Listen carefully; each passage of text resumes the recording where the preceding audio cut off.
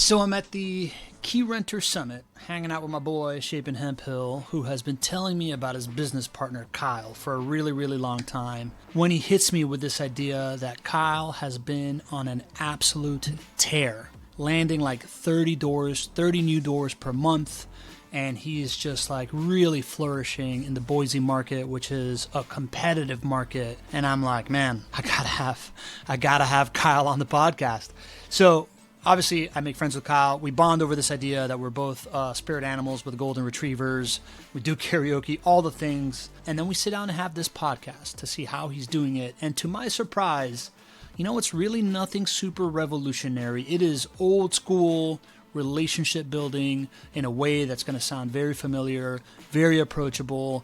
And while this is not going to it's nothing you've never heard before. This is straight out of like How to Win Friends and Influence People. It's always good to tap in and understand that this is truly foundationally what will always work. Relationship building is undefeated, and people that approach it like Kyle does will always do well. So I think this is going to be a super valuable episode for you to see how he is just dominating that highly, highly competitive Boise market. And Kyle's just a great hang, so you're going to really enjoy this. See ya.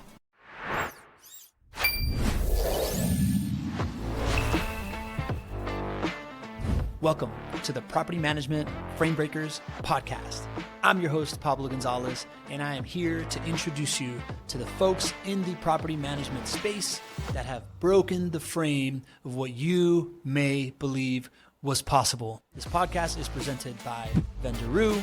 It is your all-in-one AI solution for resolving your maintenance needs.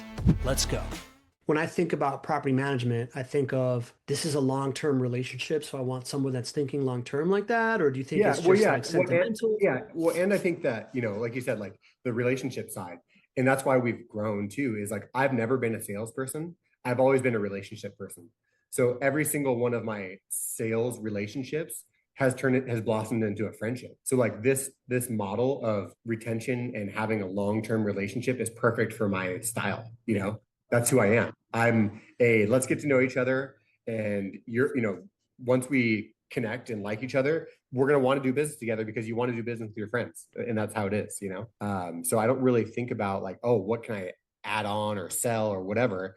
It's like, do I want this person in my life daily or, monthly or whatever that is? If the answer is yes, okay, let's get to know each other and the business will come and work. Okay. I want to dive into how you're doing that. But before that, I'm the same way. By the way, we already started the podcast. I'm the same way as you, but then I struggle with the follow-up that is necessary to then close someone, right? Like guys, when I hear that, I hear myself in there, right? And I've always, like in the past, I've very much like described myself as like a world-class opener and a very mediocre closer.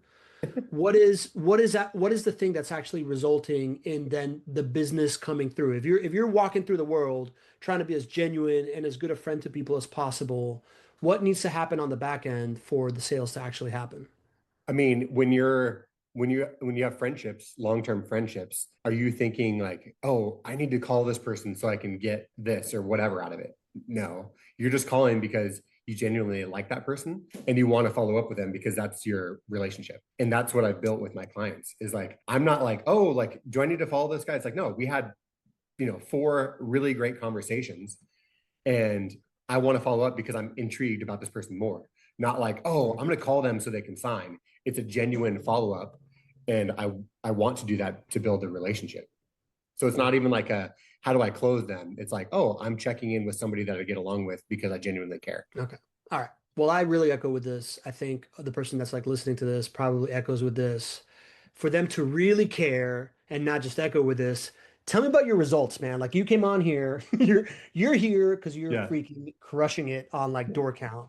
Talk to me about like how much you're closing doors right now for Key Renter Boise. Like what's the trajectory right now? Yeah. So, we're adding between 20 and 30 doors a month organically. We've got to the point, obviously at the beginning, you're doing a lot more outbound, networking, all that stuff, going to BNI groups or brokers opens, or, I was to the point where we had 3 employees and 0 revenue. And I was like, this is not a great model. We need to do something. And I would go sit in coffee shops and I would sit there and wait for people to walk in And I'm not saying that, realtors look like realtors, but it's usually pretty easy to tell, when they come in. And so I would just walk in there, I'd hop in line and I would start a conversation. One of my favorite networking stories, who's one of my best referrals, was this realtor, tall dude. He was wearing a Barrett Jackson Scottsdale shirt. And I was like, oh, this guy, driving an Escalade. I was like, just totally stereotyping the realtor, right? And I was like, I'm going to talk to this guy. He looks really important. And he's wearing a Scottsdale Barrett Jackson shirt, which is, you don't just have one of those. Like, you don't buy that at Target. You get that because you went to this auction for these like luxury cars. And so even if he wasn't a realtor, he knew somebody that I should know. And I ended up jumping behind him, talking about his shirt and asking him which brokerage he worked at. And he's like, how'd you know? I'm like, come on, bro. Look at you. You're beautiful. Like, and we end up like joking. He's like, you know what? That's hilarious. Like you nailed it, And we ended up connecting, exchanging phone numbers. He's like, call me in a couple of weeks. 2 weeks later, I set an alarm on my phone for that day. 2 weeks later, reached out and he introduced me to his brokerage, and they've been our largest referral partner since then. And, and so just opportunities like that, if you're desperate to grow your business, like you will do whatever it takes. And that was what it took, is like, I need to be somewhere where I know people are going that I need to meet. Coffee shops was the answer at the beginning. And I would just sit there and wait for people to walk in and start that conversation. And now, that was, like I said, 0 revenue, 3 employees. How you long had ago? to do something, Yeah, that was kind of the start. And now, we're adding 20 to 30 doors a month just by our referral. Like, that's no outbound. That is people calling me saying, hey, I have a client for you. And I call that client and they're like, hey, this person said you are the person I need to talk to and who I need to deal with. Where do I sign? And so, we're almost 4 years in. So this isn't something that happens overnight, but it's because of that persistence and that genuine stopping by their office. We have new merch. Here's a hat, something simple, but a genuine touch. And now we have that relationship and we hang out, and it's not even something that I'm like, oh, do you have any doors for me this week? It's my friends call me when they need something. And if somebody calls me and asks, I refer them back. And that's the relationship. It's not even something that I think about. It just is happening organically from that relationship. Dude, I love that. Have you ever heard of Jesse Itzler? Do you know who he is? He is part owner of the Hawks. He's like a billionaire married to, anyways, he's a billionaire, right? Like, but he's like one of these like super like grounded billionaires with a great family and a really, really cool story. I took his like build your life resume class, and his, he like really cares about like building a good life. And one of the things he talks about in relationship building is exactly what you said. Like when he was trying to, like, one of the businesses that he started was Marquis Jet that he ended up selling to Berkshire Hathaway. And when he was just trying to like meet influential people, he knew that it was really hard for them to get into his office. He didn't have like a swanky office. He had nothing to invite him to, but like he was in LA, he would go to like the Beverly Hills Hotel and sit at the coffee shop of the Beverly Hills Hotel or like the restaurant or whatever that is, order a pastry and a coffee and just hang around there and wait for these opportunities to happen, right? Like I used to do a version of this with Miami Heat games when LeBron was in town, right? Like I don't have to be in the 100 level thing. I get like nosebleed tickets and I just hang out at the Bacardi bar on the 100 level concourse.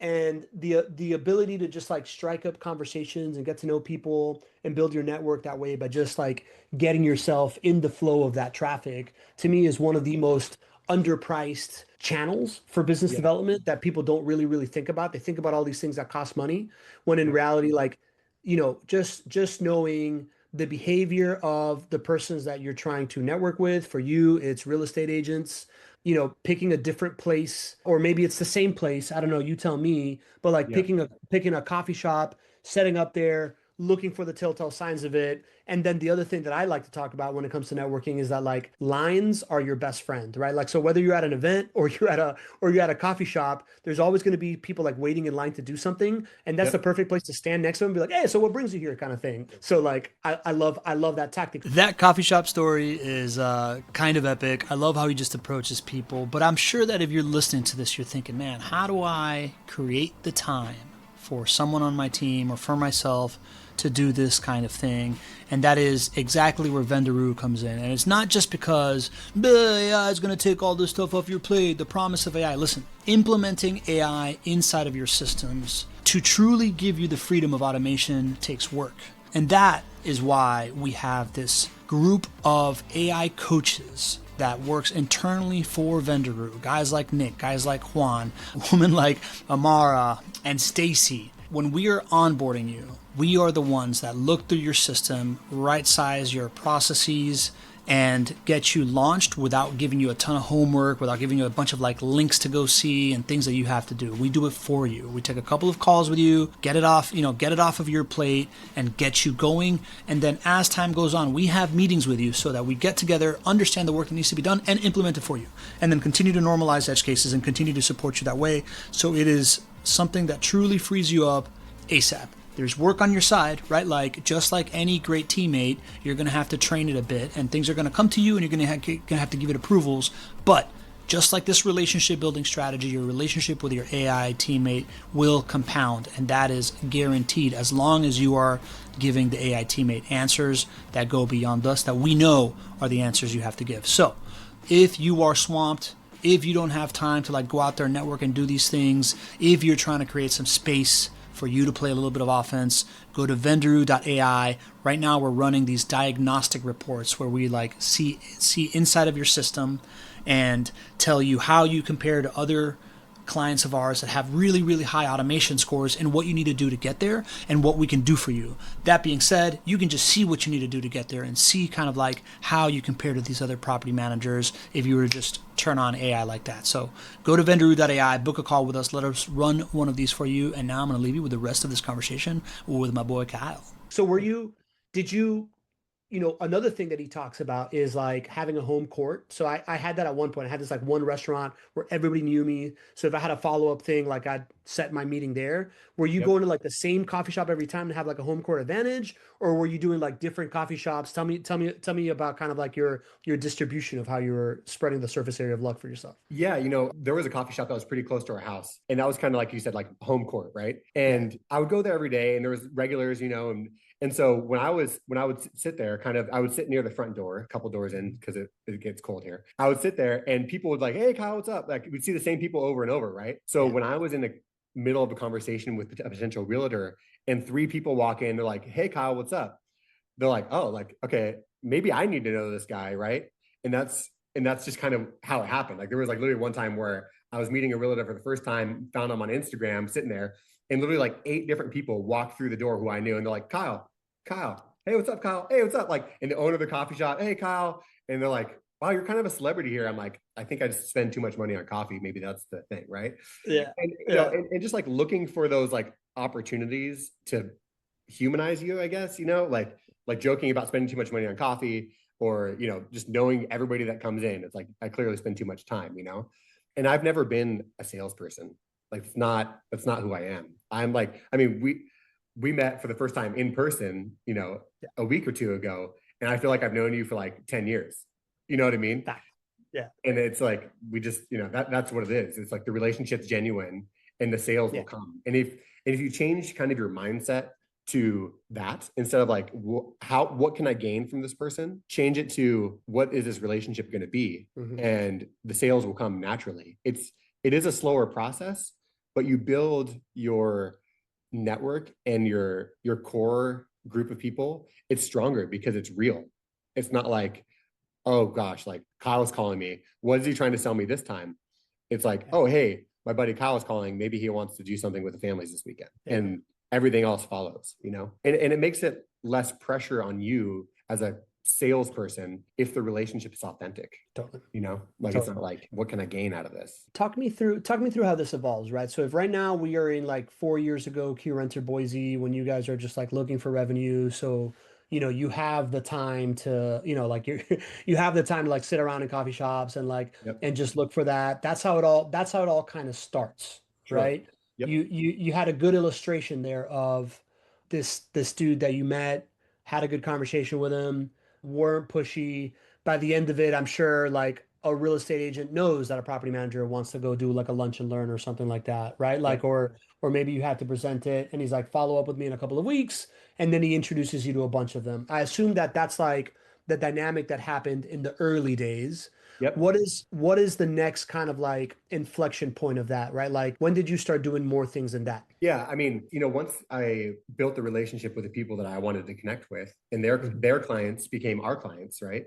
Mhm. I then did the same thing with the clients that they referred me. Is like, what can I offer to their clients that they're going to appreciate? And when they go back to that realtor and they're like, man, thank you so much for referring me to Key Renter. This is like an amazing thing. We have a client now that originally the realtor was going to be kind of the middleman between him and us because he knew the realtor personally and that's who he trusted. He wanted him to kind of be his advisor in everything, right? Whether it be like, oh, we have a maintenance thing, I need to call this realtor, the realtor calls him. It was going to be this kind of like back and forth process, right?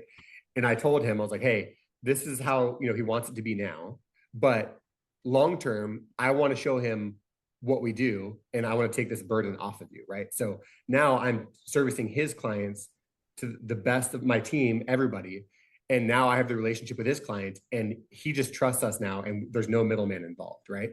So that kind of net that you're casting out to build that relationship passes on to those clients. And now those clients are referring their friends, right? Yeah. And then I build the relationship with their new clients. And then it just that one cast, that net has just like multiplied and multiplied over the past 4 years to where in January, which is supposedly like the slowest month, we added 35 properties. And this isn't doors, this is properties, right? So it's not like I added a 35 unit apartment building. We added 35 single family homes. 33 of those came from our clients' friends. Like that is the power of that network, right? It's authentic, it's genuine. They're having such a positive experience with me and our team that they want to tell their friends about it. Like, oh, hey, Michael told me to call you. I'm like, oh, how do you know Michael? Oh, we've been friends for 25 years. Like that is what it's all about, right?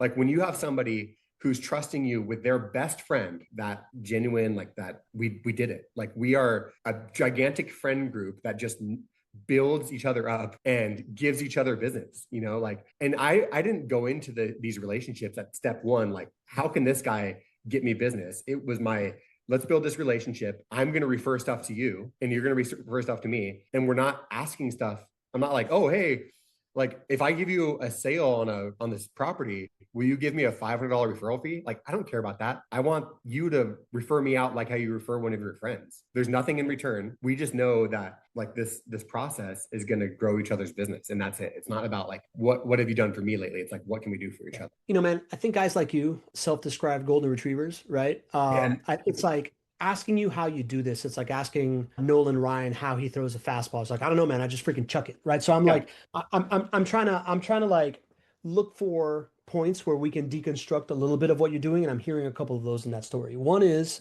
this like deliberate intention around how you take care of a referral in a way that gets back to the person that referred you in an organic way. Is that a you getting in like personally involved with their experience? Is that a system that you have between like you and operations? Tell me a little Yeah. bit more about like how you're like, yeah, I just, when they show up, or is it just philosophy at Key Renter Boise that you guys have the best service, right? Like Yep. give me a little bit more behind this idea of like a best friend's bringing their best friend and you're like, oh, this is this person's best friend. They better have Yeah. an awesome experience. Tell me more about that. Yeah. Yeah. So I mean, I think the biggest part for us is that if you have a product that you're confident works, then you don't have to sell it, Yeah. right? I am confident in my leasing team. I'm confident in my maintenance team. I'm confident in the day-to-day operations, right? So yes, I might be that first touch between a friend's best friend's best friend's best friend. But Mhm. once they're in our network, I slowly make this transition between, hey, if you have a maintenance thing, here's how you get a direct answer. Instead of like you calling me calling Stephanie letting me know, then me going back. I kind of make this warm introduction to the right people. And I know that my team has the same standard that I do. Right. So I know that when I hand it off to Michael or Jennifer in leasing, for their friend's son who's looking for a rental, I know that they're going to be taken care of well, right? So I kind of can middleman that network relationship that I have into my team, And it makes this whole thing. So now I have people who are like, oh, when they have an accounting question, even though they're my network, they call our Zandra, who's in our accounting, directly because like Kyle trusts them, I trust them, here we go. And that's sort of, and they just get enveloped into like our relationship that we have with our team, and they become comfortable with that, So having the confidence in your team makes it even easier to build this network because it's going to work once they have their foot in the door. Yeah, that makes sense. The confidence, to me, it's like you either have it or you don't. But like, I wonder when you talk to other BDMs and you tell them this, like, are other BDMs like, oh, I didn't really think to like do like a personal intro to the maintenance department. I just kind of like let maintenance handle it. Like, do you find this? I'm sure people have been asking you about this stuff. Is that uncommon, or like asking for a friend here? Yeah, right. Yeah. I mean, I think that, it's hard as a BDM, especially, we're in a special situation where like me as an owner being the BDM, there's like a direct correlation for wanting to bring in business. And I'm not worried. I think that some owners with their BDMs worry so much about the metrics of closing rates and how many calls are you making, like all this stuff. Like I can tell a BDM to make 500 calls a day and they could all be useless. Yeah. But if he walks into the right real estate office and meets the right person, that's one person a day, and it turns into something that's more useful, right? So like, I think the mindset of like metrics and just like hammering and making sure that they're making calls, the quality is much more important than the quantity. It's like people like look at because we do track our metrics, Chapin, he loves metrics, and that's great. And it does serve purpose, right? Like, it's good to know what our average time on market is, what are, all this stuff. Our closing rate for, we call it, a lead is 48%, right? And everybody's like, that's the most insane number I've ever heard. Yeah. Like 1 out of every 2 people are signing with you. Yes. Well, how do you do that? Like, what's your sales technique? There's no sales technique. I'm reaching out to the right people and building the relationship. And so it's not even a sales technique. It's people buy from people that they like. And if you can build that relationship to be an authentic one, it's going to be easy. There's no sales involved. People just call me, you referred by so-and-so, let's sign up right now, done. Like, what was your sales technique? I picked up the phone when they called. That's it, because I'm meeting the right people, and those relationships are authentic, and like I said, I'm confident with my team. So it's not just like, oh, I closed them, put it on the board, we got one. It's like, no, we need now the retention part. Now the hard part starts. How do we get them to stay with us for 7 years? And that's letting them be in our network of people and trusting everybody on the team, and not just being like, I'm going to admit that I do have some, like, my team calls them VIPs, where I just pick up the phone for them constantly. And I've introduced them to the team many times and they still just call me. I try to not do that as much, just because it's a growing network and it's really hard to maintain that and also accomplish other things.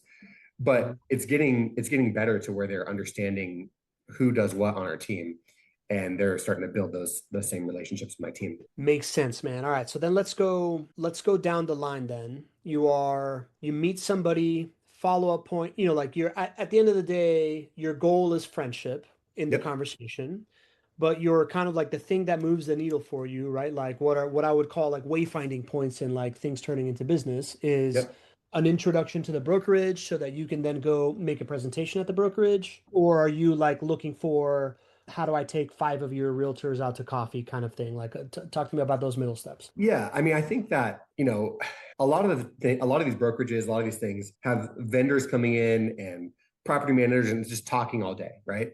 If you're going up there and doing this like generic presentation to everybody, people, I've done them because it is one of those necessary things, and it puts me out of my comfort zone. I'm not a public speaker. I prefer this much more to speaking to a group of 50. And, you look out and you see people like on their phone, just head down. I'm like, they're not getting anything from this.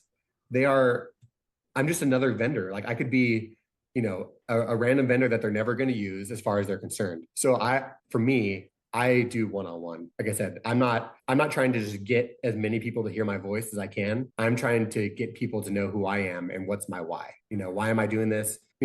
And then that way you can kind of empathize with each person individually, right? So one person might have had a negative experience with property managers because they referred somebody and they never picked up the phone, right? They're like, oh yeah, I referred somebody and they called 3 times and nobody picked up. That's their experience. Another person might have called and they connected and they onboarded and the tenant trashed the house. Another person might have had like, oh, I referred so and so to my aunt's and a dog went through the house and ripped holes and they didn't even know they had a dog, right? So like to make it a super general, like here's why I'm the best property manager for every person, that style doesn't really work with what I'm trying to do. I'm trying to find each person's individual headache and why should they even talk to me, right? Like, so here's your experience with this person. Let me tell you why I'm going to be better than that. And that's the approach that I take. So the conversation, so you ask for one-on-one introductions Yep. to any realtor on their team that they want to introduce you to. I'm usually doing some research ahead of time to make it purposeful, because somebody on a team who's, never sold a house before, they might they're like how we were when we first started, right? I would take any door, any quality, anybody. And it doesn't work out because the mindset and is not there, right? So I'm trying to, there's so many resources that you can use to look for who you want to network with, right? Instagram is a great place. Realtors love to tell you how many properties they've sold. And that's a great way to figure out, okay, if they've sold 100 properties this year, I bet at least 10 of those are investors, right? Like you can search all of these tools, LinkedIn, like everybody loves to tell people what they've done because they're trying to gain new clients, which totally makes sense. So if you go on there and are looking like, oh my gosh, this person every single day is like posting a picture of them holding a key, closed another one, that's who you want to meet with, they're openly telling you, we are selling homes. Go talk to those people, have a purpose and have a reason, or start a casual conversation with them on Instagram. Like, hey, was this the person's first house or whatever? Open the dialogue and then go there the next week and say like, hey, I was the guy messaging you on Instagram asking you. Like, so tell me about, people love to tell you about their successes, right? So if you encourage that, that's a great tool. I read this book a long time ago and it was called The Art of Closing Any Deal. Super old school. I think it was written in the 70s. There was a lot of stuff that was not PC, but it basically put all these salespeople into a category, whether it be like, I'm the technical guy who's like engineer mind, I know all the data. And then there's, I'm the closer who's aggressive and I will call you every single day until you sign. And then there was this one that resonated with me. It was called the Joe College salesman, right? So you're the guy who acts like you don't know a lot, or you know enough, but you're really interested in how this person can teach you something, right? So if you're asking an investor like, hey, like how did you get to 200 properties?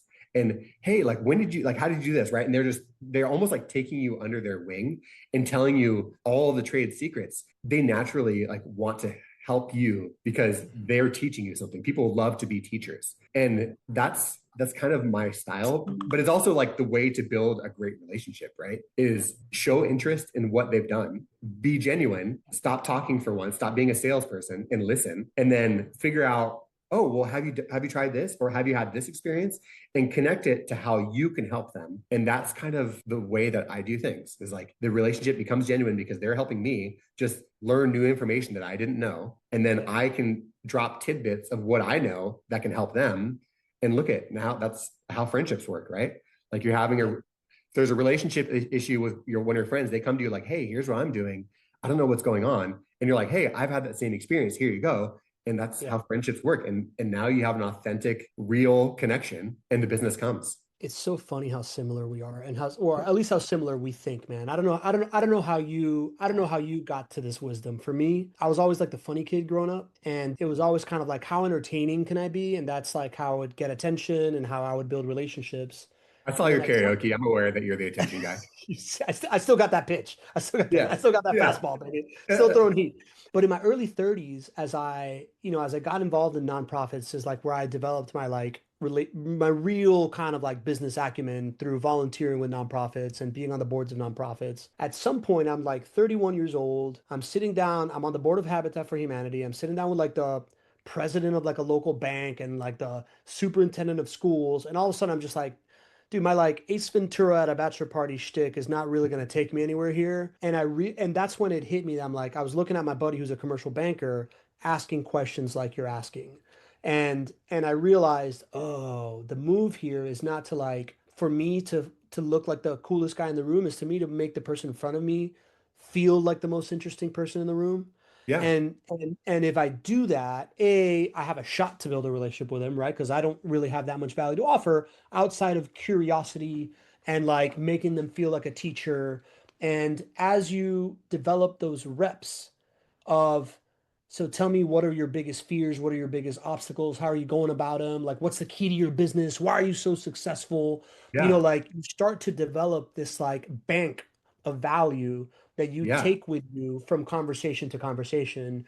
And that Mhm. is kind of like how you become the connector, is like Yeah. asking these questions, being super curious. That allows you in. And then as you start, and that, like the younger you are, the easier that works, right? Because you're like, everybody wants to like help a young person, right? Like, Yep. but like a curious person is also an attractive thing, because most people don't get to, most people just go about their day and they're not approached in that way, right? Like Yeah. it's one of the things I love about podcasting. And then the other thing that I have found is you get better. Not only do you start like building this like value ball that you have to offer to people, but you get better at identifying value in people. Like you get like you once you start looking for that, you start getting good at, for me, like I saw you, I'm like, oh, immediately I know what I can do a podcast episode about, because Yeah. like I built that muscle of just like understanding not how to make people feel special, but what's actually special about them, and then Right. putting them up on a stage to like be able to like share that special, like that specialness, man. It's really changed my Yeah. life forever. Yeah. That's awesome. Yeah. I mean, and I think that, you said like, I don't know how you got to this point as far as why is that my style, right? Yeah. I did door-to-door sales as a really young kid. Yeah. And that was a really challenging task. I was in manufacturing for 20 years, but my dad invented a product for that industry when I was about 10 years old. Mhm. And in the summers, I had this product. It was like a small little tool that was like about this big. I had a JanSport backpack, and he would take, out of school, he'd take me to work with him in this industrial park. He'd fill up my backpack with this tool, and he'd go, "Hey, go door to door and call me when your backpack's empty." And so obviously I wanted to go play with my friends because everybody was hanging out playing, and I'm doing door to door sales. And so I would try to figure out kind of different techniques, like, hey, like, here's the thing, like, no, close the door, right? And like, okay, this is not the technique that's working, right? So then, kind of change my mindset. And this is me as a 10-year-old, by the way, right? Walking into a machine shop with like all these like grimy like dudes who were like been machining for 30 years, and they're like, what is this 10-year-old doing? And I go in like, hey, how do you do this? Like, it was a tool for removing something on a tool holder that goes into a CNC machine.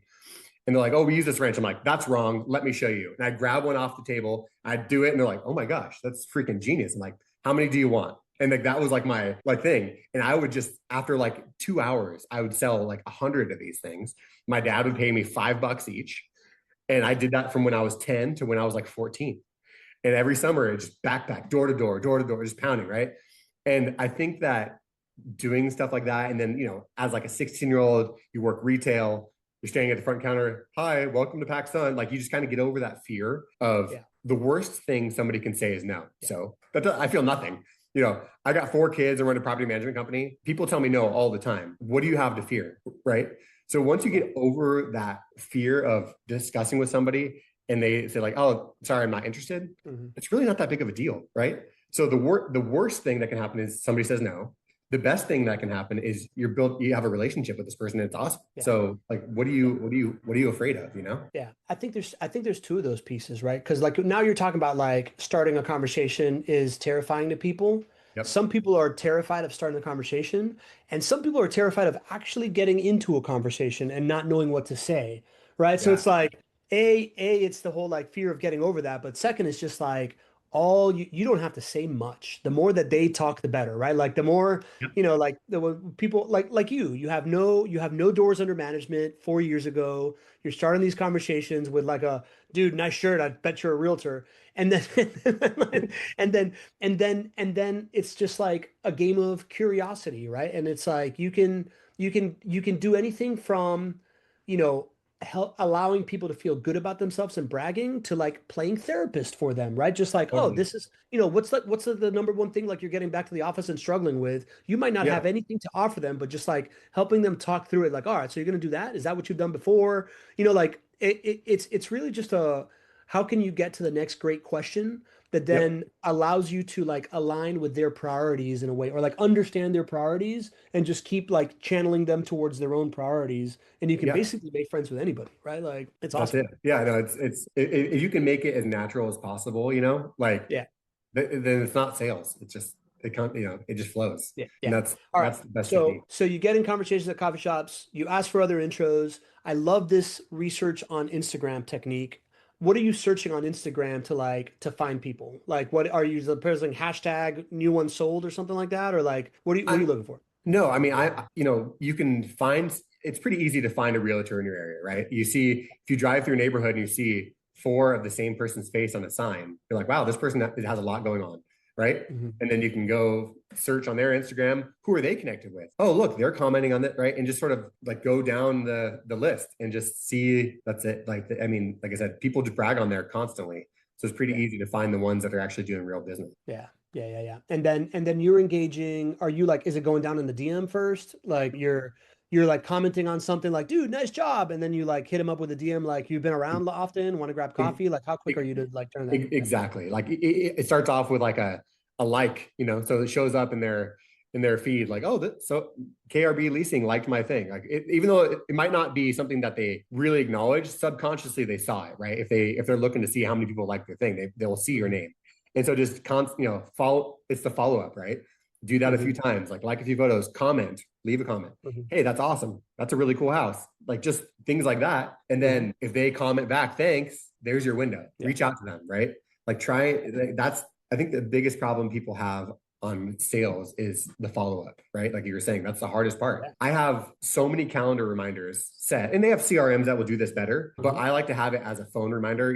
If I'm following up with somebody, I set it as a calendar invite, a 5-minute meeting, call so and so, follow up, right? Like even if it's like an Instagram thing that's important, I'm trying to Mhm. pursue, follow up with this person on Instagram. Like I just make it a calendar thing and I just take care. If I'm driving, I pull over, I do it, done, out of my sight. I can, remind me again in 1 week, you know, Yeah. and that's just kind of try to be hyper organized and intentional with your lead follow up. Hyper organized and intentional, right? So like I'm hearing intentional in the sense that you're setting up calendar Yep. invite, like I don't know if you're just like telling Siri, hey Siri, like remind me to do this, whatever on this day, That's what I'm doing. every Yep. every single time consistently. So that's Yep. super intentional. The organized piece of it, I really struggle with too. Like, can you tell me more about that? Yeah. So we use Lead Simple. So that's just a great CRM. It's property management specific. You can kind of Mhm. create a pipeline of, you know, new person, oh, nurture 30 days, 60 days, 90 days. Oh, this person told me to go away, leave me alone, don't ever call me again. Don't worry about that one. So, and it sends alerts, right, on those points. It's kind of like the calendar, but Mhm. it's through an app, right? So you really have to Yeah. have your notifications dialed in, but you can put a whole bunch of notes in there. So like if I have somebody that I want to follow up with, I put a whole bunch of notes in there. Had a great conversation on Instagram, complimented them on selling this house. They said thank you, but like overtake on the notes, right? Oh, Yeah. and they said like, oh yeah, like I can't do anything I can't have coffee next week because I'm going to Hawaii with my family. Like, right. So like all those notes are Mhm. everywhere in our CRM or in my phone. I have a lot of notes on what I said before I knew who you were. I had Pablo Vendoroo, hilarious guy, great at karaoke, right? Like I had that in my phone. So in case I never talk to you again, Before we met, you had that? no, I'm just kidding. But like, I have notes in there. So that way I have kind of a touch point for Yeah. the next conversation, right? So if I talk to Joe and he couldn't have coffee next week because he's in Hawaii with his family, guess what's going in my calendar invite for a week after? Hey, Joe, how was Hawaii with the family? What'd you do? Which island, right? Like, and then now we're just having a conversation as friends do, and intentional, genuine. That's That's it. brilliant. That's brilliant. All right. So how do you have the capacity for all this? Like I have like two last questions. One is like the Sure. capacity piece, right? Like you can only really have so many friends that you keep up with. Like you do it professionally. You mentioned earlier, like, hey, dinner with the kids. Yeah. Like how, like what I have found is people that do this really well end up having their own kind of like mini events. Like there's someone that's like always inviting people to things. Like, are you like hosting networking events or dinners that you're connecting people? Like, how do you scale, like I hate to say like how do you scale relationships, but like Yeah. how do you parse yourself out enough to be able to then like stay present outside of just like DMs and touch points? Is that important? or do you have to have like some other middle receptacle? For me, it's podcasting, right? Like I'm like, Yep. if I like you, you're my friend, you're going to come on the podcast. That Yep. starts like the whole thing official. Sure. You're in, by the way. Congrats. But like what's your kind of like receptacle of like friendship? Like, do you have one like that? Yeah, I mean, I think, a lot of these connections become genuine friendships. And then it's Yeah. like, oh yeah, like, you have those friends that you see all the time. You have those friends that you see once a month. You have those Yeah. friends that you see once a quarter. You have those friends that you get invited to like one party a year. And that's great. Mhm. And there's different levels, right? So like not every connection has to be that friend that I'm talking to every Monday night or we play poker on every Tuesday, right? You kind of, because they're genuine relationships, you kind of Yeah. learn what that connection has to be. Mm. Are you okay? If I have some people who are like, hey, I'm like, hey, do you have time for coffee? I actually don't have time. I really appreciate you reaching out, but like, I refer all my business to you. We're good. I'm like, okay, cool. Like that's perfect. I'll just keep on reaching out, and that's our friendship. I'm good with that. Like, and then I have people who are like, hey, I get invited to random things, or like, hey, we're having this event, and I think that they would flow well with the group that we're in. Like, hey, you want to meet some new people? Like, come hang out, right? Like, just like every friendship, not every friendship has to be like, oh, we're talking every single week, right? Everybody has those in their life, and they just check in quarterly, and that's good enough, and that's their friendship and their Yeah. relationship. Yeah. So you kind of just like I don't overthink hey, Yeah. I haven't invited them to anything in 45 days. Like we need to host something right now. I don't overthink it because these are natural flowing things for me, right? Yeah. The relationship. Natural flowing things and a bunch of notes inside of your phone of Yep. like whenever it picks back up, you have like Yep. oh, there it is. Yep. Interesting. If I was a property manager that's listening right now and I'm like, great, this is great for Chapin who has a partner that does this, but like I need to go hire somebody that has this kind of like attitude. What do you think is like the core thing to look for? Right? Like I hear, like I've when I've tried to figure out like this archetype, I always default to like what formed me. I'm like, were you in like a young professional charities group? Were you like in a fraternity in college and we're Rush Yeah. Channel? Like stuff like that, right? Like what do you think are like the things like the telltale signs that people could like ask to figure out if they're like talking to a Kyle? Yeah. I mean, the biggest part is, do you have communication skills, right? I mean, are you looking down the whole time, fumbling Yeah. through, trying to think of stuff, or is the conversation just flowing naturally? Yeah. Like I just like to have a conversation with people, right? So if I was going to interview for another BDM, I would want to say like, hey, just tell me about yourself. Like, are they talking about all their accolades about their sales, or are they like, hey, I have a wife, I have kids, like here's this, here's my background, because I don't think there's like one background that's gonna, oh, this guy's gonna be a great BDM. I mean, if you were, in a fraternity, you probably have no fear of talking to anybody, right? Like it just goes with the territory. You can get yelled at in the dark. Yeah. Yeah, right. Yeah. I would say, is this somebody that you would want to buy from? Do you feel comfortable talking to them? Are they just having conversation with you and you're like, man, this person's really likable and has communication skills? I feel like that's the right move. But if you're like, hey, I need somebody just pounding the pavement, going to brokerages 10 times a day and just handing out business cards, like that's a different type of person, right? But if you're like, hey, this is going to be a long-term slow play, but the relationships are going to be stronger and genuine, then that's what you need to get right off the bat from that person. What would be like signals? So like I believe in that. I believe in like an investment like that. What are like signals early? But you also kind of maybe it's not KPIs of like outbound or whatever, but like what are signals that you could like track that say that this person's like on the right track? They might not have brought in business in the first 3 months, but that they're like really building a foundation and it's going to work out later. Yeah, the signals. And that's the hard part is trust, right? Like, do you trust that they're actually doing that? I think that if somebody doesn't get any business in 3 months, they're probably not doing something correctly. You can still get you'll get introduced to the right person at some point in that window. But as long as you see that communication, and we did at the beginning host networking events, with vendors, with realtors. We did that a lot at the beginning just to kind of make people know who you are, right? Because when somebody like wants to look up your company, like, oh, Key Renter Boise, like, and you have one review, they're like, oh wow, they don't have a lot going on, right? So you kind of have to build the credibility, if you will, right? My pitch, like people asked about this at the Key Renter Franchise Summit, like, I have 0 doors. How do you tell somebody that you should be that person? And my business partner like laughed at this because for my first like 50 clients, they're like, why you? Like, you guys don't have any experience. I'm like, look, man, I have 3 other properties. I am going to take such good care of yours because I have nothing else to do except for that. And they're like, I really like that. That's a really good point, right? And Yeah. then once you build up, and you could probably say that for the first 100, right? Like, I'm going to drive by every property 10 a day. I can see every single property every single week. Like, nobody else can do that for you. Yeah. I'm Like, gonna be not that obsessed with your property. yeah, Yeah. not that you're going to, but like just them thinking like, oh, he's right. Like, he has nothing else to do. He has 5 properties. Yeah. Like, he's going to be checking. He's going to check the properties, and he's going to circle back to mine, and then circle back to mine, and he's going to do a really good job, right?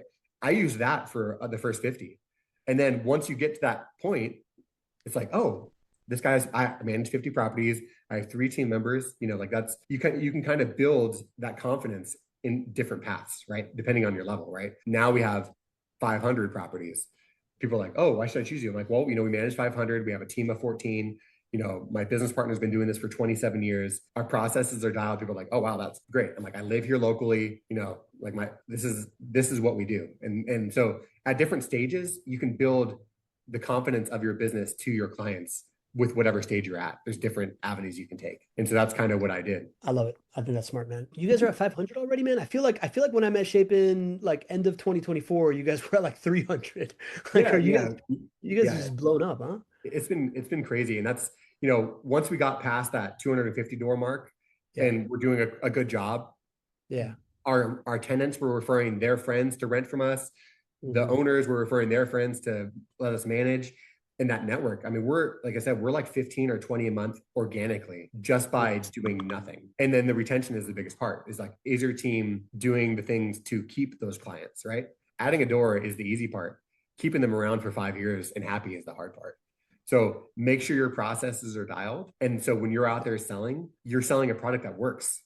That's the biggest part, is be confident in what you have in your team and make sure that it's functioning and super dialed. And then all your existing clients will refer their people because they know it works. There's no tricks. It's just be who you are, do what you say you're going to do, and pick up the freaking phone. I love it, man. I love it. This did not disappoint. Anything else? Anything else that I haven't asked that you think is like out there, low hanging fruit that we could have hit on that I didn't do because I'm a bad podcaster? Yeah, make sure you use Vendoroo, because if you don't, you're missing out, because they can take care of a lot of those headaches that you deal with on the day to day, for all the AI stuff. And if you sign up with Vendoroo, you can do a podcast with Pablo. So that's worth something. I appreciate you saying that, man. As you were talking about like the explosive growth, to me, it's like that's one of the things that we really, really take pride in. It's just like when you're at that 250 mark, like, do you have to go hire 2 people to go get to 500 or Right. not? Like, Yeah. us taking that piece off the table for you to be able to consistently know that as you add doors,